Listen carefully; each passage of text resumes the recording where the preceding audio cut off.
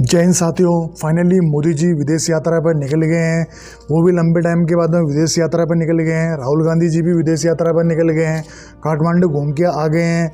अमित शाह जी बंगाल निकल गए हैं, वहाँ वो NRC CAA दोबारा लागू करने की बात कर रहे हैं। लेकिन क्या हमारे रक्षा मंत्री जी ये बताने की कृपा करेंगे कि आर्मी की भर्ती कब आएगी? सिर्फ चुनाव में बोल के चले जाते हैं भर्ती आएगी, लेकिन फाइनली ये मई का महीना आज 6 तारीख भी कंप्लीट हो चुकी है और ये बोला गया था पिछले महीने की सेना भर्ती का नोटिफिकेशन 1 महीने के अंदर में जारी हो जाएगा। आज 6 तारीख होगी, 1 महीने से ऊपर का टाइम हो गया। क्या हमारे रक्षा मंत्री जी ये बताने की कृपा करेंगे कि सेना भर्ती कब स्टार्ट होगी? और दूसरा ये कहना चाहता हूँ कि आज तमाम चाटुकार मीडिया अपनी मोदी जी की विदेश यात्रा पे बोल देगा कि हाँ वो वहाँ गए हैं, वहाँ से नाना प्रकार के उद्योग व्यवसाय इंडिया में लेके आएंगे, लेकिन वो ये कभी नहीं बताएंगे कि देश 47 ईयर की सबसे बुरी बेरोजगारी दौर पे चल रहा है। और आप लोग देख ही रहे हो कि हाल क्या हो रहा है। जो युवा जिनका सपना सिर्फ इंडियन आर्मी में जाने का था, वो इतने लंबे टाइम से अपनी तैयारियां कर रहे हैं, लेकिन सिर्फ तैयारियां उनकी पूरी है, तैयारियां कर रहे हैं, लेकिन भर्ती नहीं आ रही, जिस कारण वो अपनी उम्र से जा रहे हैं। क्या हमारा कोई भी नेता उनके लिए लड़ने आगे आएगा? क्या हमारा सत्ता पक्ष का, क्योंकि विपक्ष तो पूरा ख़त्म हो चुका है अपने कारनामों की वजह से, तो क्या कोई ऐसा नेता है जिसमें इंसानियत बची है और वो प्रखरता के साथ में अपनी बात संसद में रखे कि सेना भर्ती की आप डेट बताइए कि डेट कब होगी, यानी कि सेना भर्ती का नोटिफिकेशन कब जारी होगा? क्या हमारे कोई नेता ऐसा बोलेगा कि जो 2 साल से, आप देखिए रानीखेत में 2 साल पहले फिजिकल हुआ था, आज तक वहाँ रिटर्न एग्ज़ाम उनका अभी तक नहीं हुआ है। अगर राजस्थान की बात करूँ तो उदयपुर में 11 जिलों की भर्ती हुई थी, जिसका अभी तक रिटर्न एग्ज़ाम पेंडिंग बचा हुआ है। क्या हमारे रक्षा मंत्री जी बता देंगे कि ये एग्ज़ाम कब होंगे? और दूसरा, ऐसे बहुत से अभ्यर्थी हैं जो कि फाइनल अंतिम रूप से जिनका चयन हो गया है और उनका सिर्फ ज्वाइनिंग बाकी है, वो बेचारे 1-1.5 साल से घर बैठे हुए हैं इस आस में कि हम जल्द से जल्द हमारा कॉल लेटर आएगा और हम अपनी ट्रेनिंग स्टार्ट करेंगे। क्या कोई उनके ऊपर में बोलेगा कि वो बेचारे कब से अपनी ट्रेनिंग स्टार्ट करेंगे? इतने उन्होंने सपने देखे, इतनी तैयारियां की, फाइनल रूप से सेलेक्ट हुए, क्या उनका दोष है? कोई ये बताएगा?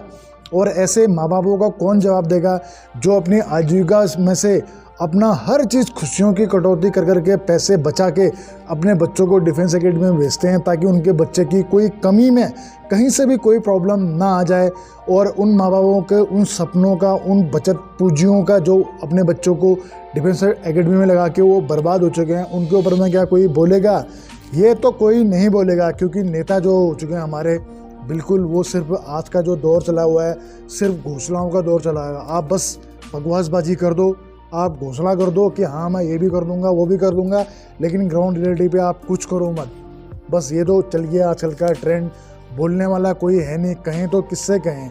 और दूसरा, मैं कहता हूँ कि इस सरकार के अंदर में जनरल VK सिंह जैसे रिटायर्ड जनरल हैं, आप देखते होंगे हमारे टीवी में डिबेट करने के लिए आते हैं मेजर जनरल GD बख्शी साहब। मैं ये कहना चाहता हूँ कि हमारे राजनाथ सिंह जी बुजुर्गी भी हो चुके हैं और बहुत सम्मानित व्यक्ति भी हैं, तो रक्षा मंत्रालय जैसा अहम विभाग इनको न देके इनको BJP ने मार्गदर्शक मंडल में डाल देना चाहिए, जहाँ की हमारे सम्मानित लाल कृष्ण आडवाणी जी हैं, मुरली मनोहर जैसे प्रचंड नेता हैं, तो वहीं उनकी भी जगह है, उनको भी वो सम्मान मिलना चाहिए। और यहाँ पर रक्षा मंत्री एक ऐसे फौजी को बनाना चाहिए जिसकी की आवाज़ से भी दुश्मन देश कांपे, जैसे मेजर जनरल GD बख्शी हो गए, जनरल VK सिंह हो गए और कर्नल राज्यवर्धन सिंह राठौर हो गए। उन लोगों को सेंटर में लाके मुख्य धारा में शामिल करके उन लोगों को ऐसे मंत्रालय दिए जाने चाहिए ताकि देश का रक्षा सिस्टम को एक फौजी समझ सकता है और फौजियों के लिए बेहतर काम वही कर सकता है। अगर हमारे रक्षा मंत्री जी एक फौजी होते तो आज ना हमें और रूप में प्रॉब्लम आ रही होती, न इक्वल मिलिट्री सर्विस पे में हमें कोई प्रॉब्लम आती, ना हमारे केसेस पेंडिंग चल रहे होते। और सुप्रीम कोर्ट ने भी बोल दिया है कि 1 रैंक 1 पेंशन 3 महीने में इनका बकाया जारी कर दो। लेकिन हालात देख के कमेंट्स में ज़रूर बताना क्या आपको लगता है कि ओरूप का जो पैसा है 3 महीने में आपको मिल जाएगा। और ये तो छोड़िए, आज तक पेंशन 26, 27 या 28 तारीख को आ जाती थी। इस बार देखो होगा आपने इतिहास में 70 साल का हवाला देते हैं, पहली बार ऐसा हो रहा होगा कि 4 तारीख को पेंशन आ रही है। ये खैर नेता कभी नहीं समझ पाएंगे जिनके 1-2 लाख रुपए तो एक ही विधायक की पेंशन आती है और 6-6 बार विधायक बन चुके हैं, इतनी उनकी पेंशनें आती हैं। एक बार सांसद बनेंगे वो 7-8 जो तनख्वाह ले रहा होगा उसको कुछ पता नहीं चलेगा। पता उसको चलेगा जिसके कि बच्चे बड़े हो चुके हैं, रिटायरमेंट आ चुका है, पूरी तरह से पेंशन में डिपेंड है, बच्चों की फीस EMI जिसको भरनी है उसको पता चलेगा। आप लोगों की क्या राय है कमेंट्स में ज़रूर बताना। जय हिंद, जय भारत, वंदे मातरम, भारत माता की जय। दोस्तों सब्सक्राइब कीजिए एक्स आर्मी सोल्जर को डिफेंस की सबसे सटीक और सबसे आसान भाषा में जानकारी के लिए। साथ ही बेल आइकन को प्रेस करें ताकि आपको नोटिफिकेशन सबसे जल्द मिले।